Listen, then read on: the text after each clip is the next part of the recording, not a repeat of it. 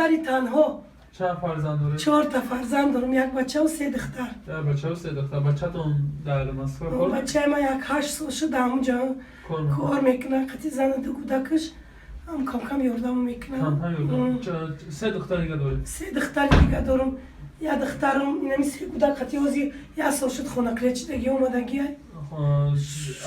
جواب دادگی. 6 طلاقش کردگی. اما یه دخترچه دیگه هم در قرغان زندگی میکنه.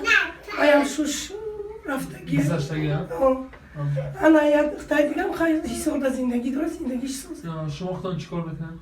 من هیچی نمی استادیوم دارم، 1 سال شد کار در اومدم. 350 سومالی میگیرم.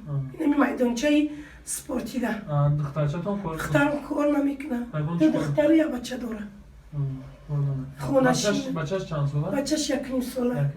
خونشینه و هر خواجان چیزی که ما میاریم یه طرف موجود توجیک در ایراسیا سومو داره میکنن. ما هم خیلی وردای کمجات دستگیر میکنیم خواجان. هر درد ما دو کنیم و چیزا رو میفروره میریم خواجان. آی رحمتی کنم خدا برای کارشون متفاوتی دراز شد. ممکن من بچه‌تون بسیاری بدبخت است. هر خواجان امی تقدیره که هیچ وقت در این قانون زندگی همیه. روزی میشه همیو گیره میکنم چیکار کنم. آتشون محکم کردم. خیم لاتو کوب دندانوی دختر من شکست من هیبش کرد. 7 سال بردم موندم آوردم. خودم زندگیم سازم. دختر جون زندگی که دختر جون زندگی. انشالله خدا جان. من کازی آمده 1 سال شد. باور میگی همسایه کلوچ میده. انشالله همش خوب میشه خدا جان. خیلی بود. خودم خیلی. تو چند زور است مو. همی همسایه ها یکون پوپشی میارم. هزار چوی کنم. اول گیری هم میکنم. میگم تقدیری بدم نرخ. 3 دختر میبخت.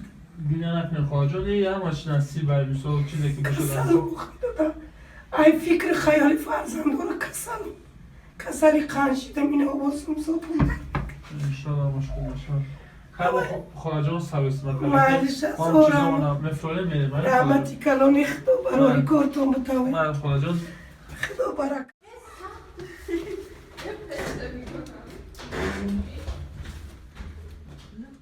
خدا جان کمی ما را با جای زیاد رحمتی کلانی خدا برکت بیاوه مرون توره.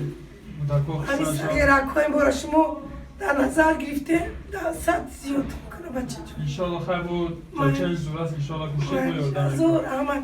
خیر کننده در رحمتی کلانی. شما دم سبب شدگی رحمتی کلانی. مالش برکت بیاوه بچه جان مرون توره. درمانی خدا. مالش آمده درمانی خدا باشه شما.